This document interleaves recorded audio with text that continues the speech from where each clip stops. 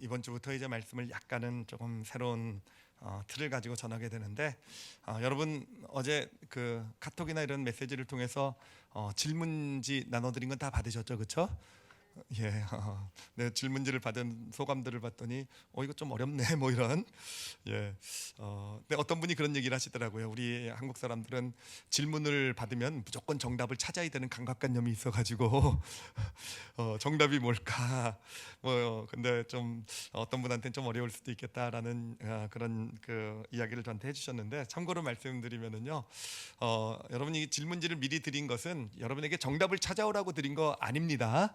예, 물론 그런 강박관념이 계신 분들은 찾아오셔도 되는데, 그냥 사실은 이 질문지를 드린 것은 이렇게 말씀을 나누기 전에, 물론 오늘 말씀이 뭘까, 이런 내용이겠구나 질문을 보면서 좀 궁금증을 가지라고 드린 거예요. 뭐 답을 풀어보고 정답을 맞추는 것이 아니라 궁금증. 이건 목사님 어떻게 보실까? 이 말씀을 통해서 어떻게 하나님이 우리에게 은혜를 주실까? 그런 궁금증 정도를 가지라고 드린 거니까 부담 갖지 마시고요. 그냥 한번 쓱 읽어보고 오셔도 됩니다. 쓱 읽어보고 오시고, 근데 바라는 것은 성경은 좀 읽으시면 좋을 것 같아요. 다니엘서 1장이다 그러면 1장 이렇게 읽어가지고 오시면 도움이 되지 않을까 생각을 합니다. 근데 더 중요한 것은요, 이 시간에 저희가 같이 이렇게 나누면서 좀 궁금증을 가지고 왔으니까 같이 말씀을 통해서 풀어가게 되면 좀더 실제적으로 좀 깨달음이 오지 않을까라는 생각을 하고요. 그리고 진짜로 소망하는 건 뭐냐면은 이 자리에서 또 각자 주시는 깨달음을 가지고 좀 질문지가 있으니까 정리가 좀 되면은 여러분들이 각자 또 부부끼리도 또 가족끼리도 같이 나누실 수 있을 것 같고요. 그것을 가지고요. 그리고 무엇보다도 우리 구역 모임이나 이런 소그룹 모임을 통해서 같이 이번 주 말씀을 가지고 질문을 가지고 좀 같이 이렇게 깨달은 것들, 이렇게 이런 것들을 좀 나눠 본다고 한다면, 사실 저희가 주일 말씀을 듣고도 잘 잊어버리잖아요, 그렇죠?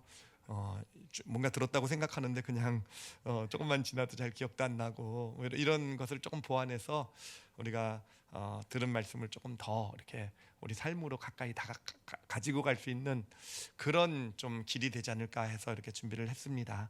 그러니까 너무 부담 갖지 마시고, 그렇지만 또 읽어보시고 오시면 도움이 되지 않을까 생각을 합니다.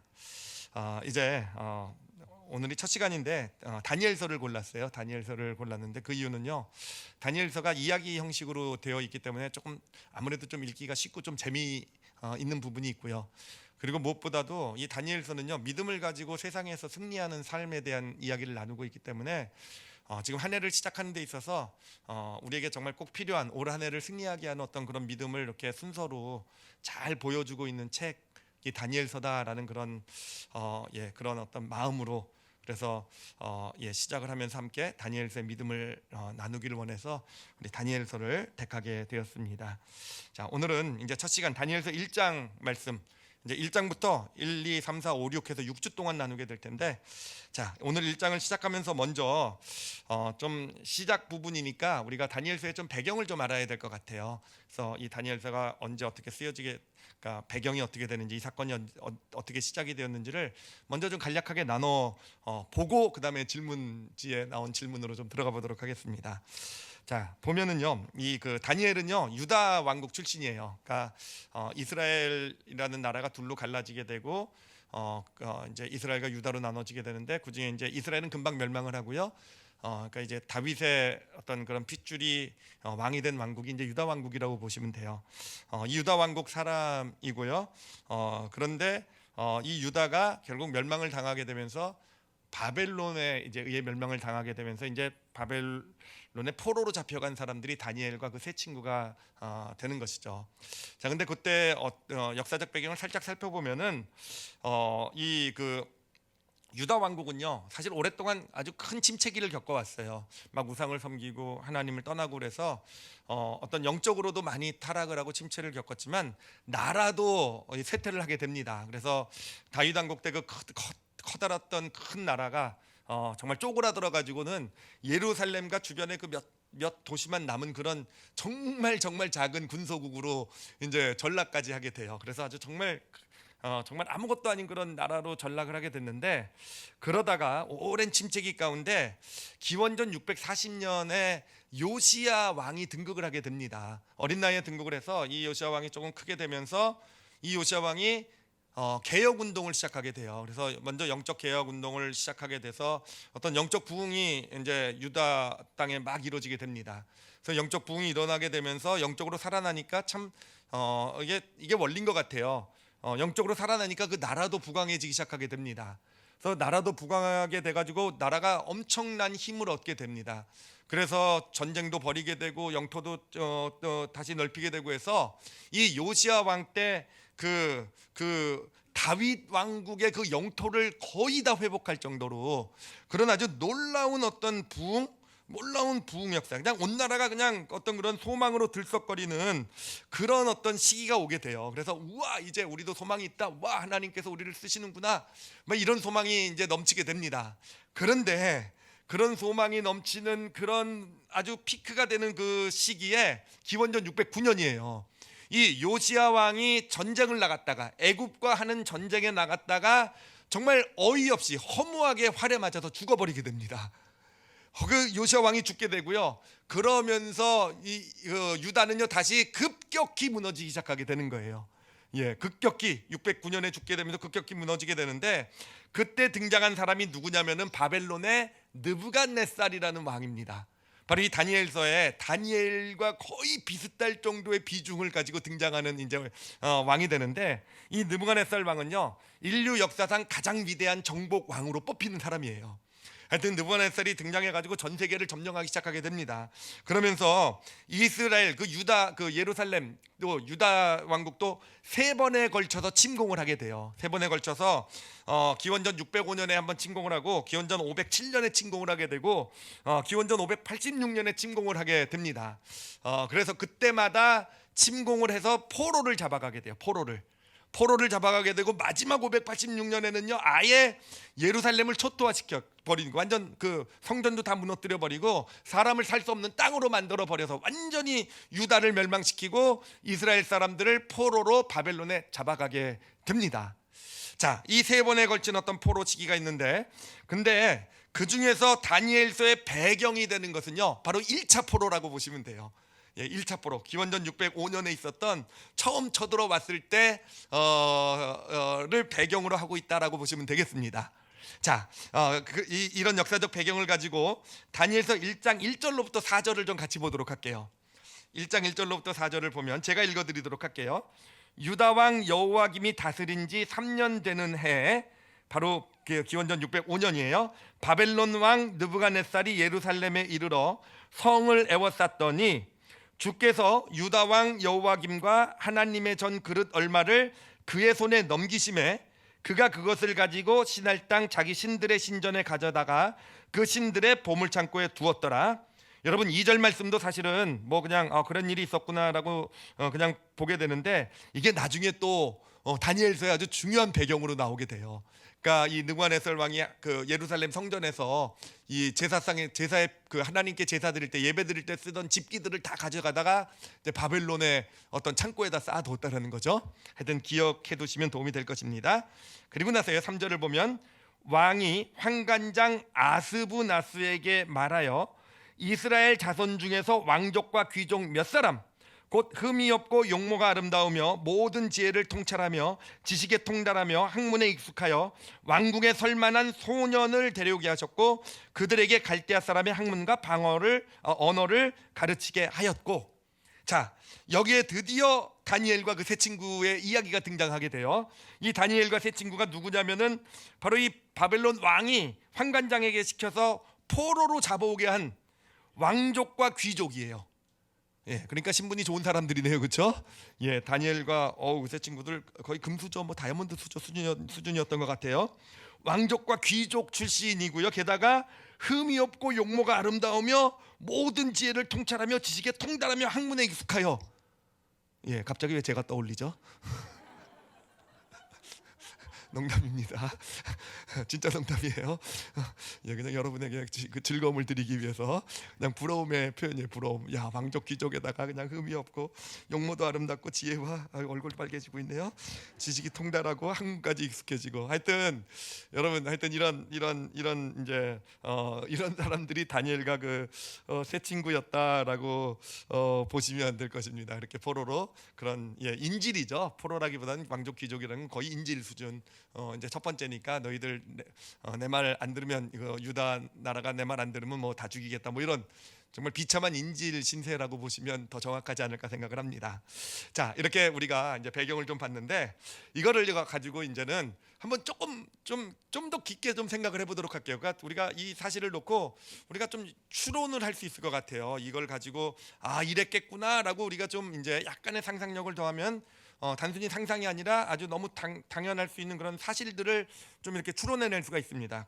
자, 우리가 생각할 수 있는 게 뭐냐면은 그 다니엘과 이 세 친구, 이 왕족 귀족에다가 정말 지혜롭고 똑똑하고 잘생기고 하여튼 뭐 학문도 뛰어나고 이런 이 다니엘의 세 친구가 이제 포로로 잡혀오게 되는데 그때 나이가 여기서 소년이라고 표현하고 있는 것과 이제 다니엘서의 어떤 진행상을 보면은 대략 한 15세 정도 되었을 거라고 짐작을 합니다. 15세 정도 되었을 거라고 봅니다. 자, 그러면 이들이 15세 정도의 포로로 잡혔으면 이들이 태어난 날짜는 한 언제쯤 되겠습니까? BC 605년에 포로로 잡혀왔으니까 15년 전에라고 한다면 BC 620년경에 태어났을 거라는 거죠. 그렇죠? 자, 근데 이 BC 620년은 어떤 시기냐면 바로 이 요시야 왕에 의한 이스라엘의 부흥 운동이 아주 절정을 다루고 있을 때라고 달아에 있을 때라고 보시면 돼요.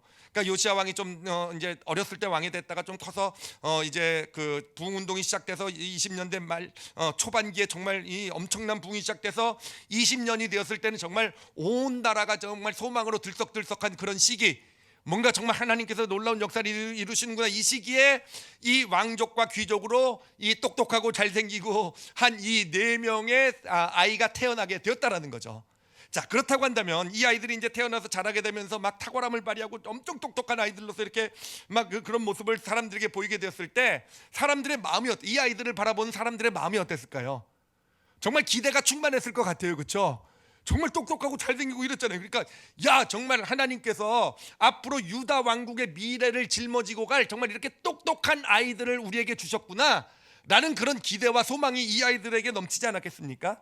아마 이 아이들도 스스로도 그렇게 생각하면서 컸을 거예요. 정말 온 나라의 기대를 받으면서 열심히 공부하면서 하나님 말씀을 배워가면서 어떤 유다 왕국의 어떤 미래 소망을 꿈꾸면서 최선을 다해서 학문을 닦고 어떤 자신을 수양하지 않았겠습니까?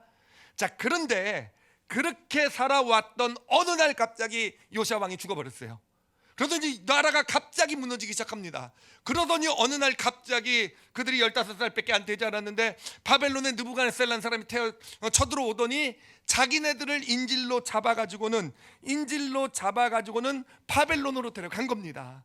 그래요. 그들은 이제 정말 바벨론이라는 이방신을 섬기는 정말 낯선 땅에서 15살밖에 되지 않은 이 4명의 소년이요, 그 땅에서 이제는 정말 미래가 어떻게 될지도 모르는 그런 막막함 가운데서, 그런 두려움과 불안 가운데서 지금 살아가야 되는 그런 삶의 현실이 그들에게 닥쳐오게 된 것입니다. 자, 그러면 여러분 한번 여기서 생각해 보세요. 제가 질문 드릴게요. 그렇다면 이 다니엘과 세 친구들의 마음이 어땠을까요? 이런 사건이 경험됐을 때, 이런 일이 일어났을 때 마음이 어땠을 것 같으세요? 여러분이란 마음이 어떠셨을 것 같으세요? 뭐 너무 질문이 쉬워가지고 대답 안 하시는 건 줄 믿습니다. 그렇죠? 뭐 정말 마음이 다 무너졌겠죠, 그렇죠? 정말 모든 도저히 이해가 잘 안 되는 거잖아요, 그렇죠? 하나님의 나라 백성으로 태어나서 정말 그렇게充满기대 가운데서 하나님이 이루실 일을 꿈꾸면서 그 나라에서 내가 이 나라를 위해서 정말 그렇게 쓰임 받는 인생 그런 걸 꿈꾸면서 자신의 계획, 소망을 가지고 살았던 모든 게 한순간에 무너진 거잖아요, 그렇죠? 모든 게 한순간에 무너진 정말 그런 완전히 불확실 가운데서 정말 어떻게 보면은 정말 절망, 낙심할 수밖에 없는 그런 상황 아니었겠습니까? 자, 그런데 우리가 여기서 발견할 수 있는 아주 중요한 깨달음이 하나 있어요. 뭐냐면은요, 여러분, 이들의 삶이요 자신의 계획, 자신의 뜻대로 안 됐죠, 그렇죠? 자신의 뜻, 자신의 계획, 정말 반드시 이렇게 될 것이고 이렇게 그리고 될 수밖에 없는 어떤 그런 하나님이 주신 소망이라고 스스로 생각했던 자신의 계획, 자신의 뜻들이 있었을 거 아니에요. 근데 그것이 완전히 무너지는, 자신의 뜻대로 되지 않은 지금 그런 상황 아니겠습니까? 자, 그렇다고 한다면 그것이요, 자신의 뜻들이 다 뜻대로 되지 않은 지금 삶의 현실 가운데 있게 되는데, 그것이 이들에게는 저주였을까라는 거예요. 여러분 어떻게 생각하세요? 지금 뜻대로 안 됐어요. 정말 모든 게 다 무너졌어요. 자신의 계획, 소망, 기대 다 무너졌어요. 그럼 이들에게, 다니엘과 세 친구에게는 이 사건이 이들에게 저주가 돼야 되겠죠, 그렇죠? 근데 저주였습니까? 아니죠, 그렇죠? 저주가 아니라 우리는 알고 있죠. 이것이 놀라운 축복이 되었다라는 것, 그렇죠?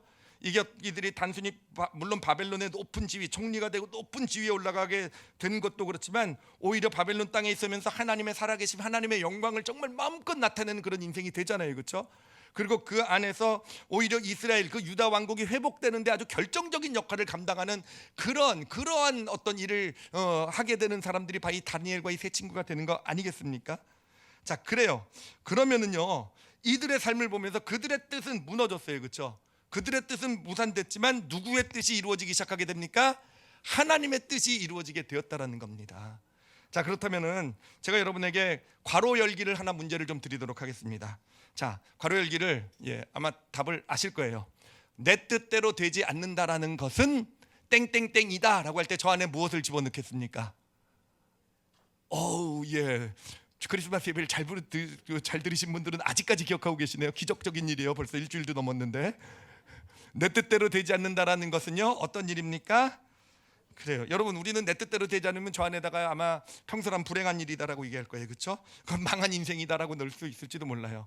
그러나 오늘 우리가 이 다니엘서를 보면서 첫 번째로 좀 받아가야 될 것은 뭐냐면은, 내 뜻대로 되지 않는다라는 것은요, 그리고 여기서 대답하신 것처럼 멋진 일이다, 멋진 일이 될 수 있다라는 거예요.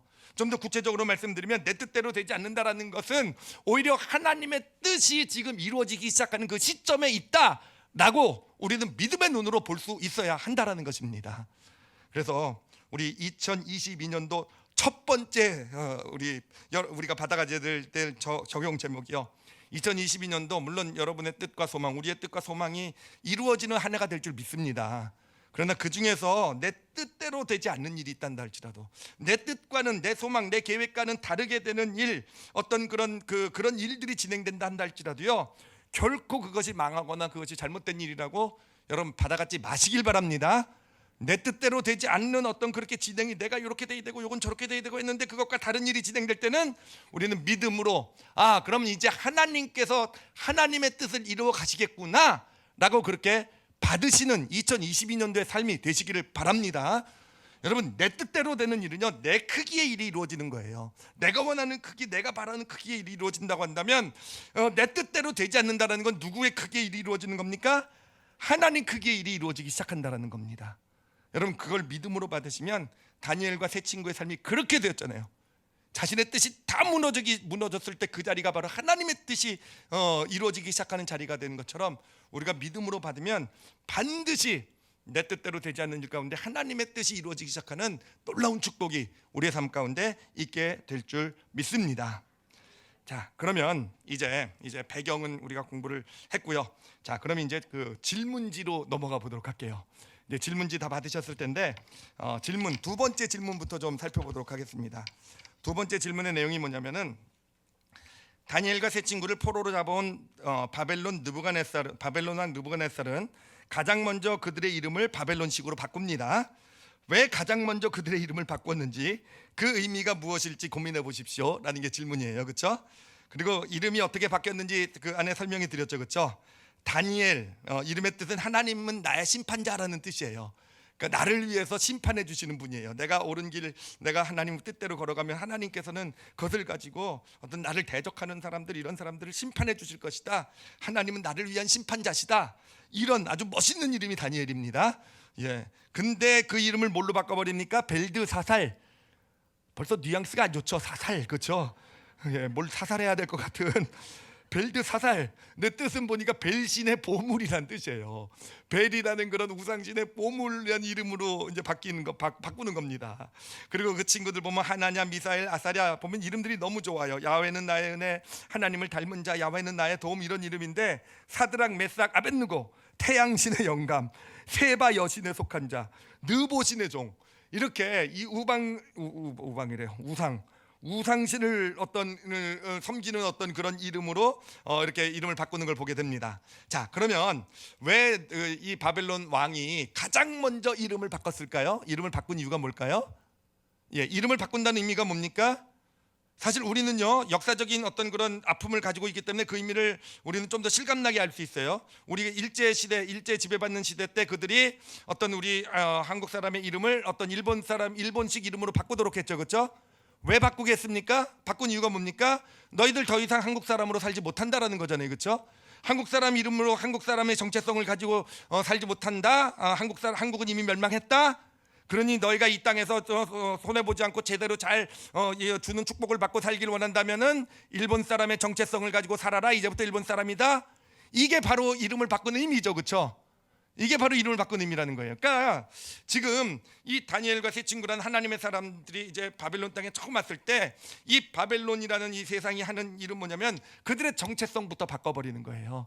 더 이상 너희는 하나님의 사람으로 살지 못한다라는 거죠. 너희의 정체성은 하나님의 사람이 아니라 이방신을 섬기는 그런 너희들의 정체성이 그거다. 그렇게 살아가야, 이 땅에서는 그렇게 살아가야 된다라는 것, 정체성을 바꾸는 일 아니겠습니까? 자, 여기서 우리가 우리 크리스찬들이 이 세상에서 살 때 세상이 우리에게 하는 가장 첫 번째 일이 뭔지를 보게 돼요. 뭐냐면 세상은요, 우리의 정체성을 바꿉니다. 우리 아이들이 학교를 가든 또 우리들이 직장을 다니든 뭐 어떤 사업을 하든 어떤 일을 하든 어떤 모임 등에 가든요, 하여튼 이 세상이 하는 일은요, 우리의 정체성을 흔들어 놓는 거예요. 그들이 하는 얘기 뭡니까? 우리에게 요즘은 더 세련되게 다가오죠. 그 세련되게 우리를 하여튼 협박을 하죠. 크리스찬으로서는, 하나님의 사람으로서는 너희가 이 땅에서 네가 제대로 살 수 없을 것이다.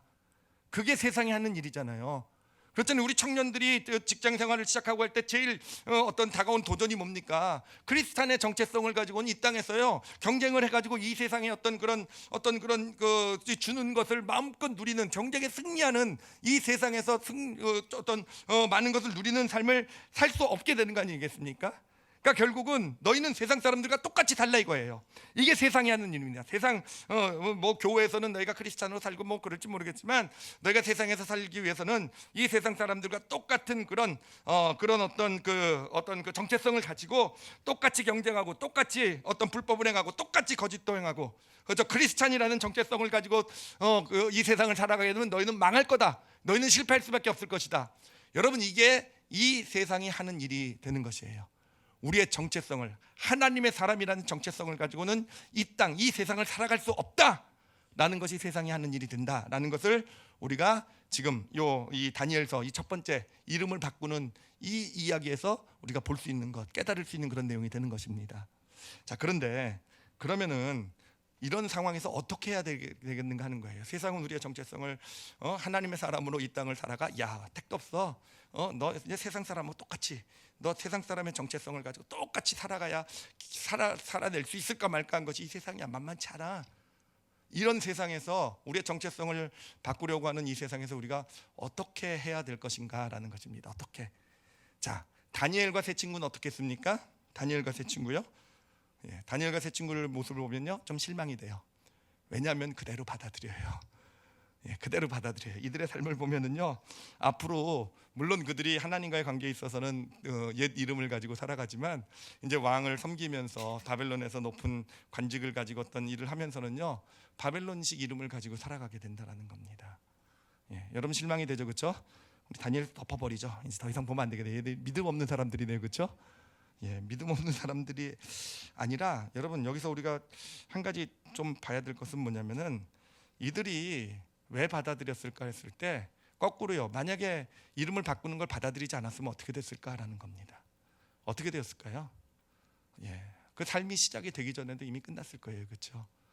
진짜 어떤 바벨론 땅에서 그들이 살아낼 수 있는 어떤 그런 모든 길들은요, 이미 그 첫 번째 그 시작에서부터 이미 끝나버리는 어떤 그런 것.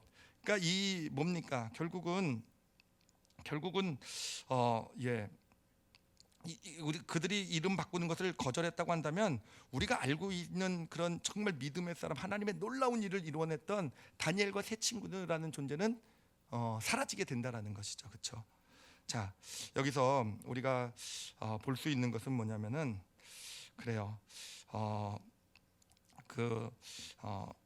하나님께서 우리에게, 이 크리스찬으로서 우리가 이 땅을 살아가게 될 때 하나님께서 우리에게 정말 원하시는 것이요, 우리가 어떻게 할 수 없는 문제까지도 믿음으로 지켜내라, 이렇게 원하시는 것 같지는 않다라는 거예요. 이 다니엘과 세 친구에게도요, 하나님이 너 이름 바꾼 거 그걸 왜 받아들였니? 그거 믿음 없는, 이렇게 하시지 않으셨다라는 거예요.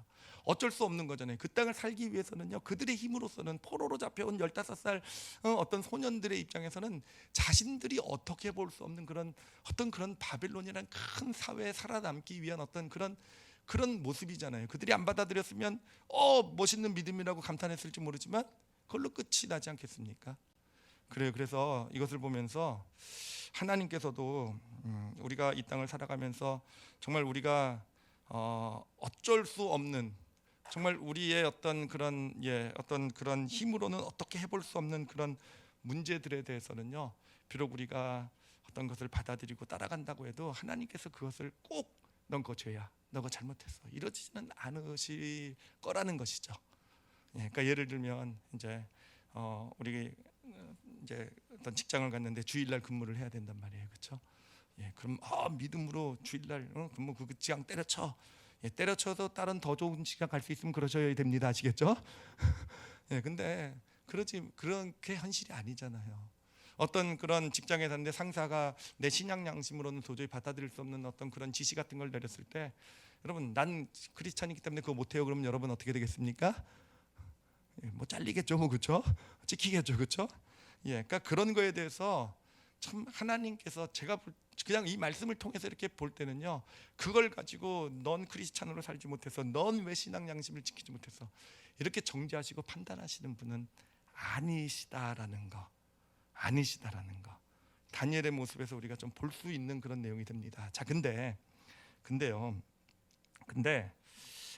여러분, 다니엘과 그 세 친구가 한 일이 있어요. 그들이 자신들이 어쩔 수 없는 그런 현실 가운데서는 어떤 그런 것을 받아들일 수밖에 없었지만, 그 땅을 살아내야 되기 때문에 받아들일 수 없었지만, 그런 어쩔 수 없는 현실 가운데서도 그들이 한 일이 이제 바로 그 다음 구절에 등장을 합니다. 근데 그 바로 다음 구절에 등장하는 그 내용이 뭐냐면요, 결국은요, 이들이 바벨론에서 살아가면서 놀라운 성취를 이루어내잖아요. 놀라운 어떤 정말 영향력을 발휘하는 축복된 삶을 살아가게 되잖아요. 바로 그런 삶을 살아낼 수 있었던 근본이 되는 믿음이라고 보시면 돼요. 바로 지금 나오는 이 믿음이, 그들이 어떤 바벨론 땅을 살아가면서 그래도 믿음을 지키면서, 정말 하나님과의 관계 가운데 믿음을 지키면서도 그 땅에서 어떻게 저렇게 놀라운 영향력을 발휘하고 성취를 할 수 있었는지, 바로 그 근원이 되는 믿음이다. 사실은 다니엘과 세 친구의 믿음이라는 것은요, 이것만 나와요, 성경에. 그 이후에 나오는 믿음들은요, 믿음의 실천이죠. 믿음의 어떤 기반은 아니라는 거죠. 그 믿음의 기반이 되는 이야기가 이제 1장 8절로부터 나오기 시작하게 됩니다. 자, 그럼 또 이제 그 다음 질문으로 넘어가 보도록 하겠습니다. 이제 그 세 번째 질문은 뭐냐면은 여기 그러니까 질문지의 3번 질문입니다. 바벨론의 포로로 잡혀와 왕궁 학교에 다니게 된 다니엘과 세 친구가 가장 먼저 한 일입니다. 왜 이런 뜻을 정했는지 생각해 보십시오 라고 돼 있는데, 뭐냐면요, 1장 8절을 읽어드릴게요. 1장 8절은요, 같이 한번 읽어보도록 하겠습니다. 같이 읽겠습니다. 시작. 다니엘은 뜻을 정하여 왕의 음식과 그가 마시는 포도주로 자기를 더럽히지 아니하리라 하고, 자기를 더럽히지 아니하도록 환관장에게 구하니. 그래요. 그들이 어쩔 수 없는 일들, 그들이 어떤 할 수 없는 일들은, 이름을 바꾸는 일 같은 것들은 받아들였지만, 그런 가운데서도 그들이 한 일이 한 가지가 있다라는 거예요. 그들이 한 것, 자신들이 할 수 있는 일들을 뜻을 정해서 했다라는 겁니다. 그런데 그들이 뜻을 정해서 한 일이 뭐냐 하면은 왕의 음식과 포도주를 먹지 않기로 뜻을 정했다라는 거죠. 자, 그죠? 이제 우리 올리브교회 성도들은 다 좋은 음식과 포도주는 드시지 마시기 바랍니다. 그게 믿음의 이런 뜻은 저도 따를 수가 없어요. 어찌됐든 자, 왕의 음식과 포도주를 먹지 않기로 뜻을 정했어요. 그럼 우리가 고민해봐야 되는 게 왜 이런 뜻을 정했을까? 왜 이들이 왕의 포도주와 왕의 그 음식과 그 산의 진미겠죠, 그렇죠? 왜 포도주를 먹지 않기로 뜻을 정했을까라는 겁니다. 이거에 대해서 사실 뭐 많은 해석들이 있어요. 근데 뭐 아주 쉽게 볼 때는 포도주 술이잖아 뭐 이렇게 생각하시는 분이 있을 거예요, 그렇죠? 근데 여러분 이스라엘 사람들은 포도주 잘 마셨어요. 지금도 가보면은요 정말 여러분 그 가나안 가나안 포도잔치 있는 그 혼인 잔치 있었던 데 있잖아요. 포도주에서 물이 포도주로 만든 곳. 그런데 지금도 포도주 파는데 엄청 맛있어요. 어찌됐든 이스라엘 사람들은 포도주를 먹었기 때문에 포도주 때문은 아닐 거예요. 그럼 또 이렇게 해석을 합니다. 이 왕의 음식 가운데서는 돼지고기 같은 율법에서 먹지 말라는 음식도 있었을 거다. 그러니까 하나님 먹지 말라는 음식이니까 안 먹었을 것이다 라고 하는데, 여러분 그건 좀 이상해요, 그렇죠? 먹지 말라는 음식이 있으면 돼지고기만 싹 빼놓고 먹으면 되잖아요, 그렇죠? 어차피 우리도 편식 잘하잖아요, 그렇죠? 저도 야채만 있으면 야채는 다 골라내고 뭐 하여튼 그러니까 이거는 전체 산의 진미와 음식을 먹지 않겠다라고 꼭 어떤 그런 율법에서 그만 음식이 있다라고 해석하는 것도 좀 무리가 있는 것 같기는 해요. 근데 이제 가장 보편적으로 이제 받아들이는 이제 보통 나오는 해석이 뭐냐면은, 아마 뭐 공부를 하신 분들은 좀 아시겠지만 이 음식이 왕의 어떤 그런 음식이 이제 제사상 그 우상에게 드려진 그 제사 음식일 것이다. 그러니까 제사 음식이기 때문에 하나님을 믿는 사람들이 다른 신에게 드려진 음식을 먹으면 안 된다, 이런 해석들을 많이 합니다. 이게 이제 보편적으로 많이 받아들여지는 의견인데, 사실 저는 이거에 대해서도 조금 의문이 있는 게 뭐냐면은, 그 당시 바벨론이란 나라는 정말 요즘하고는요 그 시대는요 완전히 다른 시대예요. 그 시대는 모든 게 다 신이 중심이 되는 시대입니다. 모든 걸 다 신의 이름으로 하고 있고 왕도 신을 대리하는 자가 되는 것이고, 그렇기 때문에 바벨론에 있는 거의 정말 모든 음식은요 결국 신에 드려진 음식이라고, 신들에게 드려졌던 음식이라고 보셔도 될 거예요. 그럼 단순히 신들에게 우상에게 드려졌던 음식이었기 때문에 먹지 않기로 결심했다라고 하면은 이들 평생 어쩌면 굶어야 될지도 몰라요. 그렇죠? 그걸 어떻게 구별해냅니까? 어떤 게 신들에게 드려진 것이고 어떻게 안 드려진 것인지. 사실 이것도 그래서 조금 문제는 되는 요소가 있는 겁니다. 근데 어찌됐든 뭐 제가 말씀드린 것 중에 어떤 게 답이든 그게 좀 문제가 있든, 더 근본적으로 우리가 좀 고민해봐야 될 게 있어요. 왜냐하면은요 어떤 생각을 해봐야 되냐면은요, 자 여러분, 이 왕의 어떤 음식과 포도주라는 것이요 다니엘과 세 친구 포로로 잡혀온, 인질로 잡혀온 사람들이잖아요. 이 사람들에겐 어떤 의미가 되었을까요? 어떤 의미? 왕이 먹는 음식은요 참 좋았겠죠, 그렇죠? 정말 엄청난 좋은 어떻게 보면 다니엘과 이 세 친구가 평생 보지 못했던 그런 화려한 음식일지도 모르겠어요, 그렇죠? 정말 그런 왕이 먹는 음식이니까 그런 정말 아주 풍요로움의 어떤 그런 것 아니었겠습니까? 자, 그래요. 어떻게 보면 그들에게 주신 지금 다니엘과 세 친구에게 주는 특권이라는 겁니다. 특권. 너 이런 것들 본 적도 없지. 야, 바벨론이란 나는 이렇게 풍족해. 야, 너희가 이렇게 너 포로로 잡혀온 너희들인데 이렇게 좋은 음식, 이렇게 좋은 것으로 너희들을 먹여줄 거야. 지금 이런 거잖아요, 그렇죠? 이런 거잖아요. 근데 여러분 생각해 보십시오. 만약에 이 다니엘과 세 친구가 이 음식을 받아서 즐겼다고 생각을 해보세요. 얼마나 맛있었겠습니까? 부러워요, 그렇죠? 저도 가서 도대체 쟤네들이 뭘 안 먹었는지 보고, 걔네들 너 먹기 싫어 그럼 제가 대신 먹어줄 용이도. 근데 만약에요 이 음식을 이들이 즐겼다고 생각을 해보세요. 그러면 어떻게 됐겠습니까? 이 음식이 주는 풍요로움, 이 바벨론 땅이라는 지금 사실은 유대 그 시골의 조그만 나라와는 비교도 안 되는 세계 중심지에 있는 정말 그 화려한 나라에 정말 보도 듣도 못하는 그런 정말 풍성한 그런 맛있는 음식들, 이들이 그것을 이제 접하게 되고 그것을 즐기게 됐다고 생각을 해보세요. 어떻게 되겠습니까? 여러분, 이걸 가지고 길들여진다라고 얘기하는 거예요. 길들여지게 되는 거예요. 음식의 그 풍요로움에, 그 땅이 주는 풍요로움에, 안락함에, 편리함에 길들여지게 된다는 겁니다. 그럼 어떤 문제가 나타나게 되겠어요? 길들여지게 되게 어떤 문제가 나타나게 되겠습니까?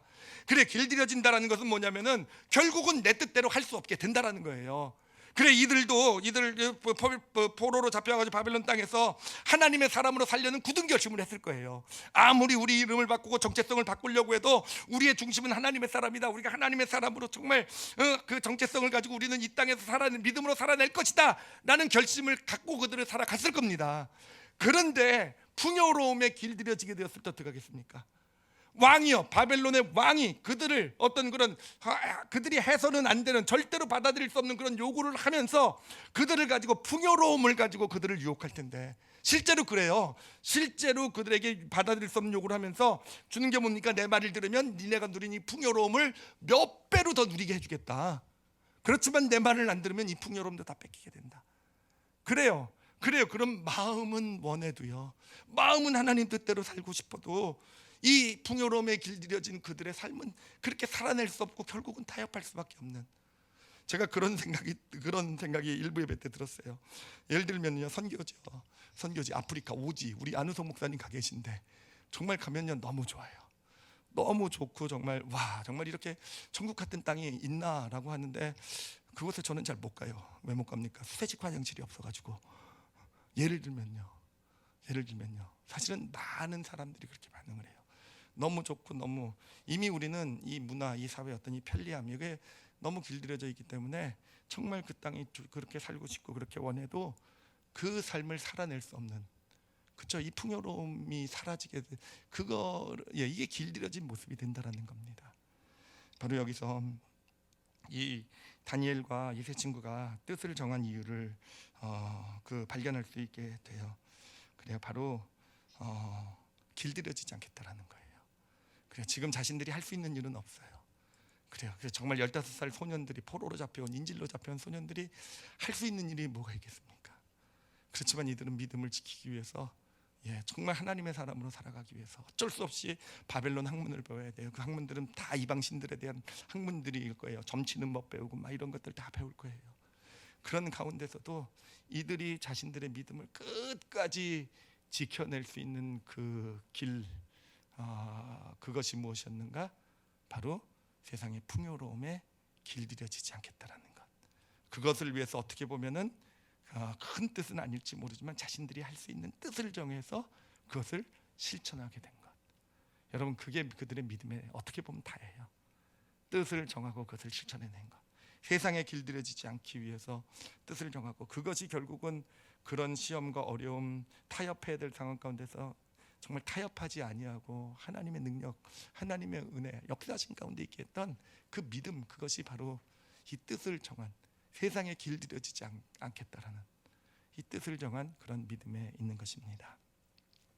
자, 이것을 이제 우리 삶에 적용을 좀 해봐야 되는데요.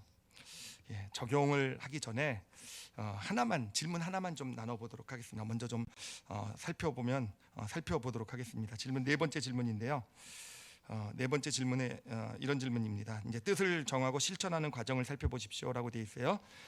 다니엘서 1장 8절부터 16절까지. 무언가 특별한 사실이 발견되지 않습니까? 라고 하는데, 여러분, 이런 질문 진짜 정말 개떡 같은 질문이죠, 그렇죠?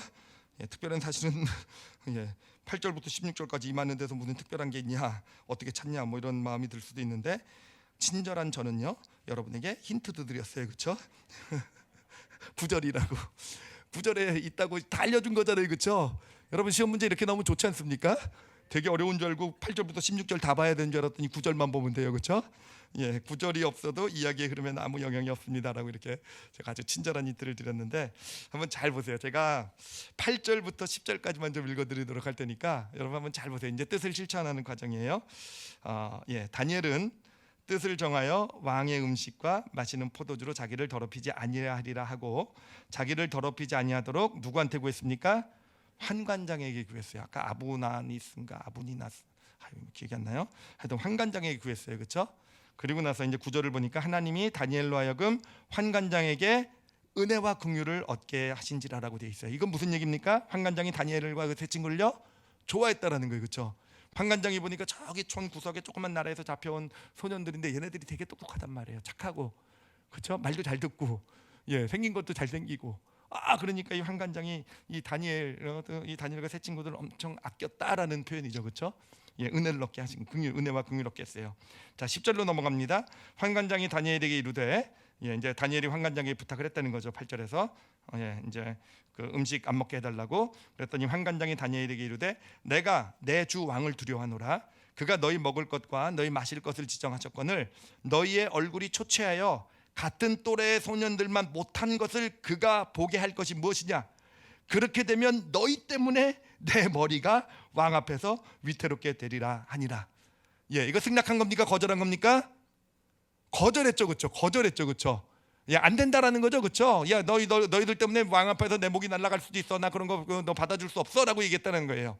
그래요, 받아줄 수 없는 것까지는 좋아요. 뭐 그렇게 거절했다는 건 좋은데, 여러분 이 말씀에서 정말 이상한 게, 그러면 왜 9절은 왜 굳이 넣습니까? 9절이요.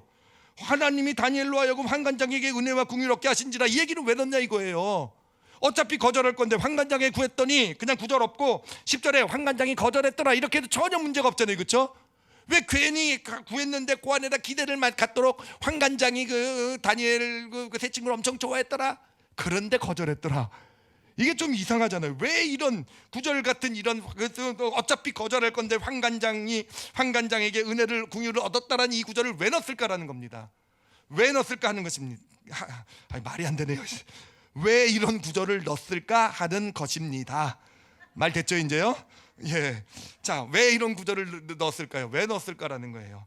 여기서 하나님께서 우리에게 알려주고 싶은 것이 계신 거예요. 지금 다니엘과 이 세 친구들은요, 뜻을 정했어요. 왕의 음식을 먹지 않기로 뜻을 정했는데, 그들이 뜻을 정했을 때 그들 마음 가운데 기대하는 게 있었다는 거죠. 누구를 기대했습니까? 환관장을 기대했다라는 거예요. 우리를 이렇게 아끼고 우리를 좋아하는 이 환관장이 있으니 환관장이 우리의 부탁을 들어줄 것이다. 그렇게 해서 환관장을 의지했는데 환관장이 거절했다는 겁니다. 여기서 우리가 볼 수 있는 것은 무엇이냐면, 여러분 뜻을 정하고 실천했을 때요, 우리 주변 사람들은 우리를 돕지 않는다라는 겁니다. 내가 어떤 뜻을 실천하기로 마음을, 하나님이 주신 어떤 그런 뜻을 정하고 세상의 풍요로움에 길들여지지 않겠다는 뜻을 정하고 내가 이거 실천하러 갈 때 내가 이 사람은 나를 도와주겠지, 이 사람은 나를 협력하겠지, 아니요, 절대로 그렇지 않다라는 거예요. 사람을 의지하게 되면요, 오히려 뜻을 정한 것이 실패하게 된다라는 겁니다.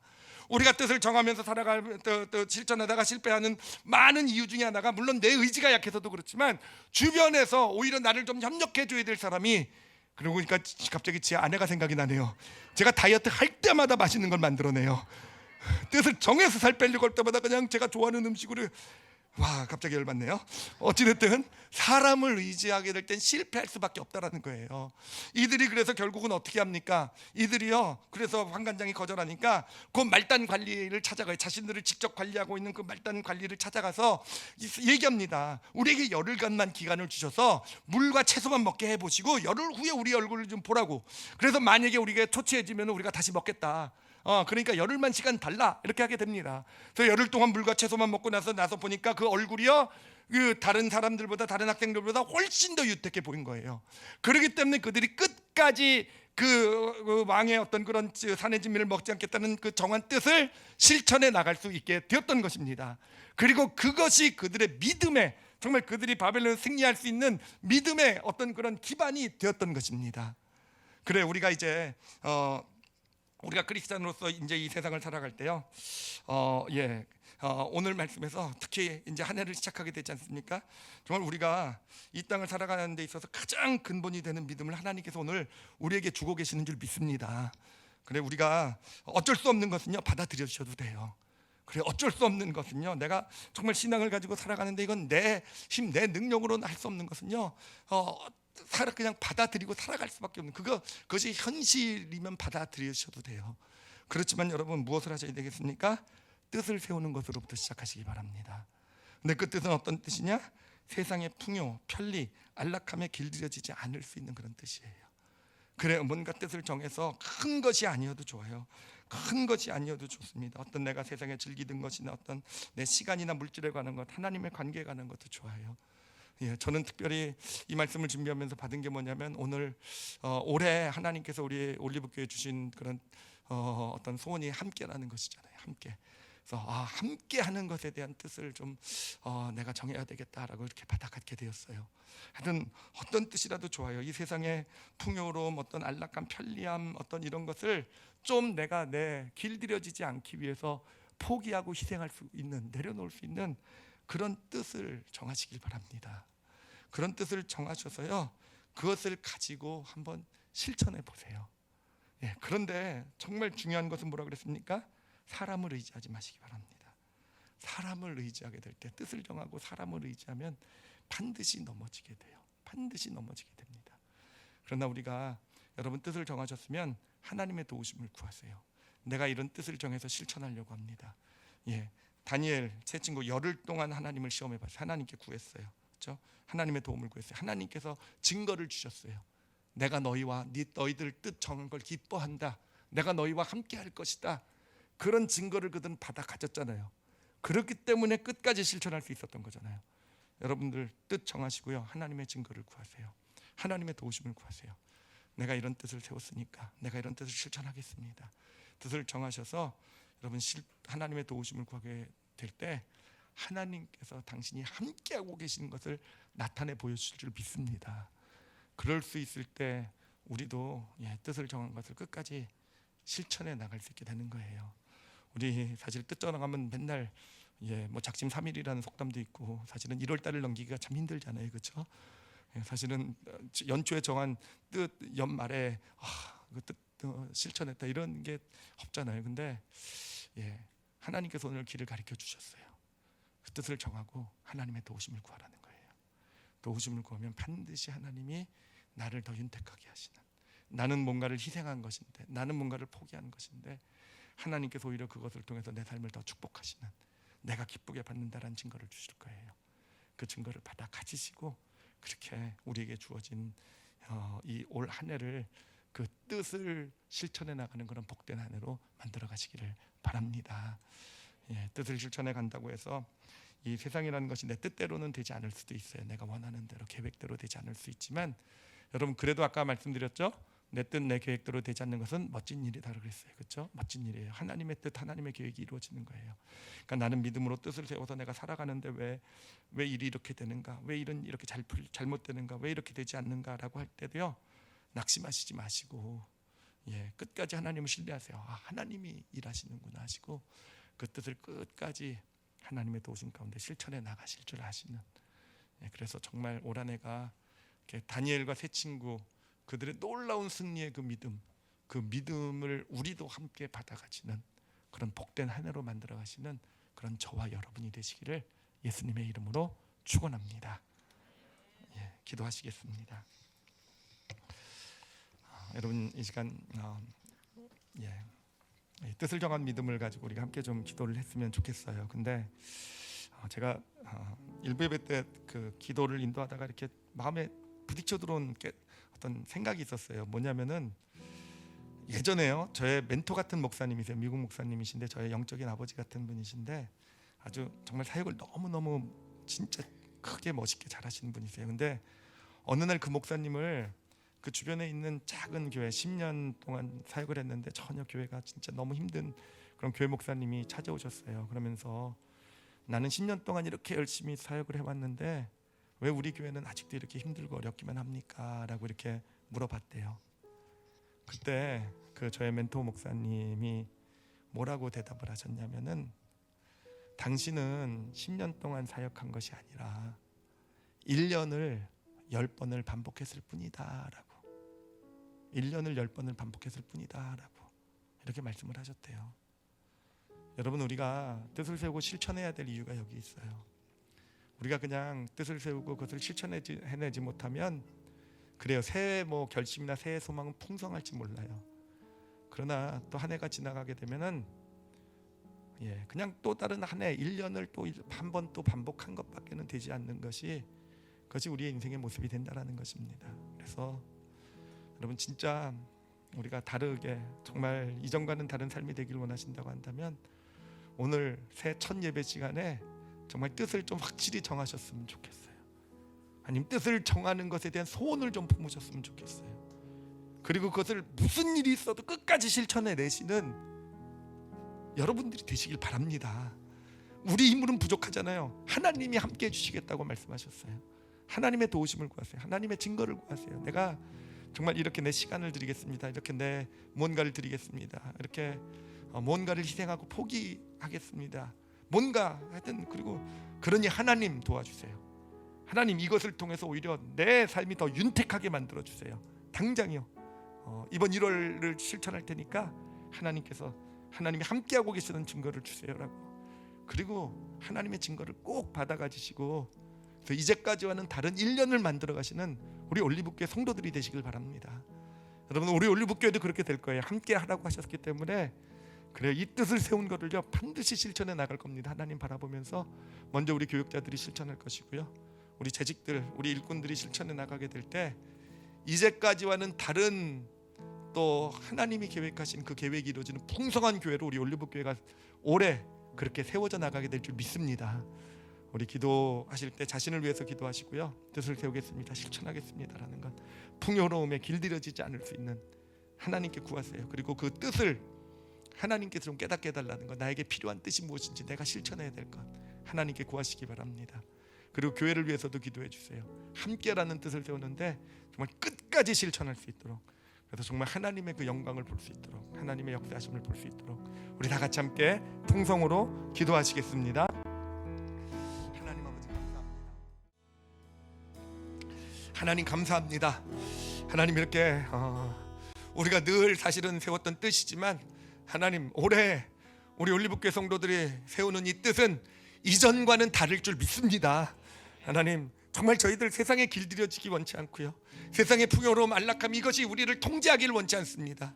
하나님 주시는 축복은 누리되 하나님 저희들 우리가 실천할 수 있는 작은 뜻을 세워서 이 세상에 길들여지지 않을 수 있는 믿음의 사람들로 서게 하여 주시옵소서. 하나님이 원하시는 일을 감당해 나갈 수 있는, 내가 손해보고 좀 아프더라도 그 일을 위해서 내 삶을 드릴 수 있는 믿음의 사람들로 세워 주시옵소서. 하나님 무엇보다도 뜻을 정할 수 있도록 하나님 당신께서 깨달음 주시고 또 그것을 실천해 나갈 때 하나님이 함께하고 계시다라는 것, 하나님이 기쁘게 받으시고 계시다는 증거들을 나타내 보여 주시옵소서. 저희도 부족하오니 너무 오래 걸리지 말게 해주시고 이제 뜻을 세우고 실천할 때 하나님 당신이 얼마나 기뻐하시는지 받으시는지 그 삶의 증거들을 구체적으로 허락해 주셔서 우리 힘이 아니라 하나님이 함께하고 계시는구나를 영혼에 경험하며 올 한 해는 이제와는 또 다른 축복된 한 해로 만들어 나가는 저희들의 삶이 되게 하여 주시옵소서. 하나님 우리 올리브교회 함께하기를 원합니다. 함께하는 교회 뜻을 세웠사오니 하나님 이제 실천해 나갈 때 하나님 당신께서 증거를 나타내 보여주실 줄 믿습니다. 우리 성도들이 함께 누구에게인가 다가갈 때, 우리 교육자들이 누군가와 함께할 때 하나님 당신께서 함께하여 주셔서 당신의 놀라운 역사들, 은혜들, 축복들, 당신의 그 손길을 나타내 보여 주시옵소서. 아버지께 감사드리며 예수님 이름으로 기도드렸사옵나이다. 아멘.